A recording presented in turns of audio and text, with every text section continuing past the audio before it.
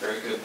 As we move to District 2 now, we'll begin with Commissioner Wolf. How would you describe intergovernment relations between the Scott County Board and the Shakopee and the Guacatun Sioux community?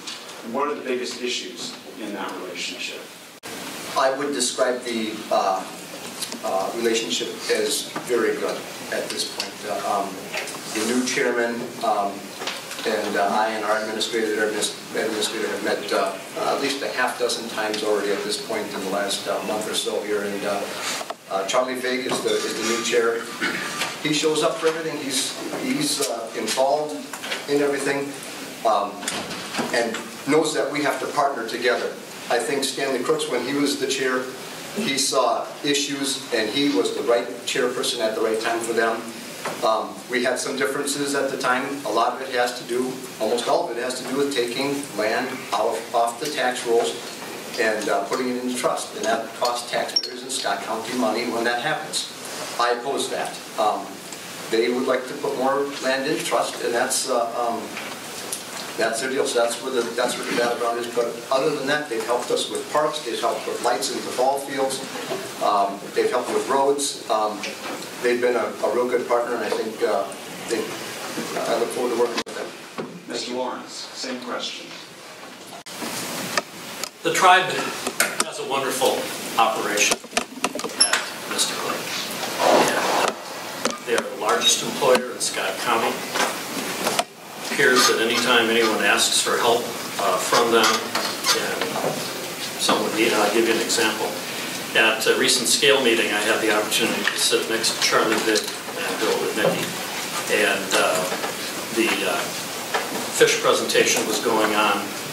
And they mentioned that they needed a representative from a business to go in. And they both looked at each other and they were shaking their head and giving every indication that they wanted to get involved very heavily with fish. And that is one thing that the Shakopee Sioux community does very well, is gives back to the community, largest employer.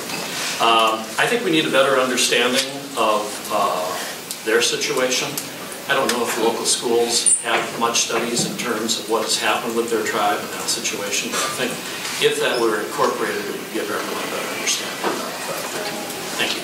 Now, as we move to District 3, we want to discuss the 101 bridge. And in some ways, the question is very simple. Do you support raising the 101 bridge over the Minnesota River? But just to keep in mind as a follow-up already, if you do, how would you respond to people who are concerned about potentially closing the bridge for 6 to 9 months? And Commissioner Menden, will begin with you. Well, I definitely think that this is something we have to. I mentioned a name here, Claire Rolling. I was talking to her the other day, and she's hoping she has some influence yet to get us a little bit more money so that Carver and Scott and maybe Shakopee, I'm not sure if Shakopee would give some of that or not, but I have to come up with the balance of the money. And the deal is, and I'm going to have to give Mr. Beard your credit, but is what they do is make it a 4-lane, which I agree. I mean, and for the extra from 2 lanes and 4 lanes, it's a lot of money, but not that much money considered. And so they would do 2 lanes. Traffic would be able to go back and forth, and then do the other 2 lanes if they do the 4-lane. And I just hope we come up with the other extra money, and it becomes reality within the next couple of years. Again, it's looking good. Ms. Barber. Actually, I agree with Commissioner Menden. I think it's the biggest road issue right now facing Shakopee. I live in the old part of Shakopee, and it gets very challenging whenever that road gets flooded, which, as we all know, is often and sometimes more than once a year. So it's very critical that we not only make it so it's a little more flood-proof, but also make it 4 lanes, which will actually hopefully provide another outlet out of the city, which should overall improve traffic flow. Now, as far as 6 to 9 month road closure, we've all survived the floods and having to go around. And although that's not an answer anybody would want to hear, it is really the reality that will still get us to some long-term benefit. One thing that we did last time when there was flooding was an additional lane was added on 169, and that might be something that we could do because that was very, very efficient to anyone who remembered that event. It made things much easier. Our next question is going to go to our incumbents, and we'll begin with this question with Commissioner Ulrich.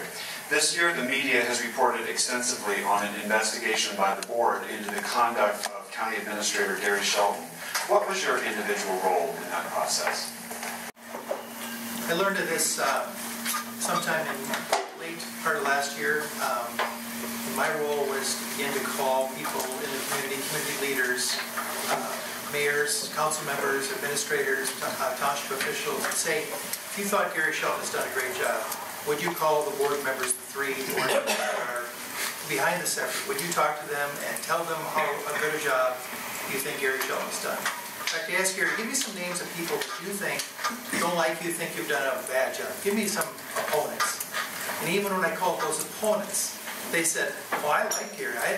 I would never support that kind of action. So out of that action, those people did call, and the commissioners backed away as a result of the pressure that was placed on from the community. And that's the only reason this was thwarted. The only reason. Commissioner Marschall. Thank you. This has been a tough issue, as I'm sure anybody who reads the paper or watches our board meetings can testify to. Commissioner Wolf was our board chair this past year, and last July, not this past July, but the one before, he came to me and said that Commissioner Wagner and Menden had been talking to him. It wasn't July, it was November. That they had been talking to him about replacing Gary Shelton, and I asked him why. This man has had various roles in the county. He has done a fabulous job in all of them. He has brought us through this economic crisis in a way that most administrators could not. I worked with various administrators throughout the state, and I saw absolutely no reason for this to be happening. Then I didn't hear much about it until the end of the year, and then I heard that this investigation was going to be taking place.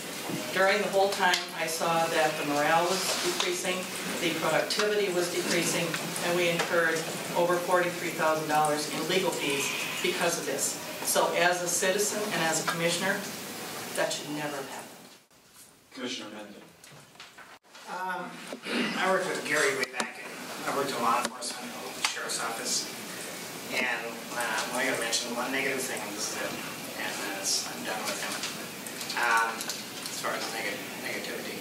But anyway, one thing he did was we did home monitoring for our prisoners. We had a chance to make $20 for everyone that was on home monitoring. So I wanted to make that money for the sheriff's office. And Gary came in, and he was the head of the jail there. And what he did is start up his own private business with another guy there, and very well. And they did this a lot through county time. And he started, he got a multi-million-dollar business out of it, which he still runs. And which makes me mad because it was money that should have been going to the county. And not only that, but right now, I mean, he's supposed to be our county administrator full-time. And, you know, he should either do one or the other. Either it's a multi-million-dollar business or this. And I got a lot more of it. I mean, but I'm thinking positive. You can still work with a person that you don't necessarily respect and get along with. I think we do that every day, all of us. And I do. Commissioner Wolf. In November, middle of November, after a reorganization meeting, our commission, I called Barb that night and just said, there's an employee that's leveling some charges against Mr. Shelton, and I also asked her about, you know, why she was dishing off a bunch of her committee assignments. Well, it was because she was taking on a cap agency job, which I was shocked to hear that she's going to have 2 government positions. But I gathered all the information, as I stated. An employee filed charges. And they can do that, they can insist on things, and it did cost $43,000, but it had to go through a process. That's what it did, and that's where it's at, it's done. Thank you. Commissioner Wagner. With different issues with our administrator, I was very upfront with him. There was a meeting, I think it was towards the end of November. Commissioner Wolf was there, our county attorney was there, I was there, Gary Shelton was there. And the meeting lasted about an hour. And at the end of it, I stood up and I just listed my issues that I had. I didn't like the side business that he had going on. I don't think it's appropriate for the county attorney and the county administrator to be involved in a privately held hearing aid company and getting the rest of the county employees involved in buying shares of this. I mean, there's tens of thousands of dollars these employees have invested in this company. And it's privately held with everyone hoping that it's going to go public and make all this money.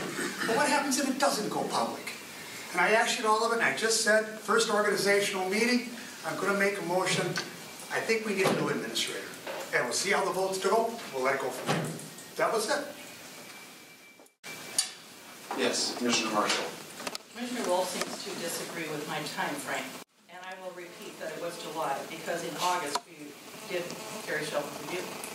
We gave him an outstanding rating. Nothing was said about the conversation from the previous month, so I thought that she was dead. So I go back that it was July. Second, dishing out my assignments, I asked that they take 2 because it didn't work for my time frame. I took 3 instead of the 2 that I got rid of. And second, my second job is not a government job. So I just want to clarify for the record, because this has been going on, floating for months. It's not true. Commissioner Wolf, would you care to respond? I maintain, I talked to Barb, I believe it was November 15th, and the cap agency, while it may not be a governmental, it gets money. There are some dollars that float in there from the government, and even if it's just $1, it's a government agency, I'm sorry, but it has to be accounted for. Commissioner Ulrich. I'm going to use my rebuttal. On September 19th, the investigator stated that Tom Wolf went to the employee and said, 3 commissioners, 2 other commissioners want to fire Gary Shelton, would you help us? That was the testimony on March 20th by the investigator. The investigator investigated 29 pages of allegations that these guys trumped up with the employee. And none of them were substantiated, including the ones you've heard tonight. None were substantiated. And we've gone from a model of collaboration, cooperation, working together that was the envy of the Twin Cities to what the Star Tribune is called a circus. And you can kind of get the sense of it even here tonight. Commissioner Menden, 30 seconds. I just like to rebut that. One thing is that when that employee came up with that complaint, to this day, I never got a copy of it. I met with our relations personnel director, and I says, I'm his boss. I have a right to see what the complaint was. No, you can't. To this day, I've never seen that complaint, so that's not true. Also, I want to say one thing. When we got the open meeting law, we can't discuss this stuff behind the scene. And I just want to say that 95% of the stuff that we approve, we all agree to. And it's just these things that we don't, and the news media loves it because, if we have a disagreement, they can make it look like it's a fist fight. I don't care who has a meeting with people, whether you're in a private sector or whatever.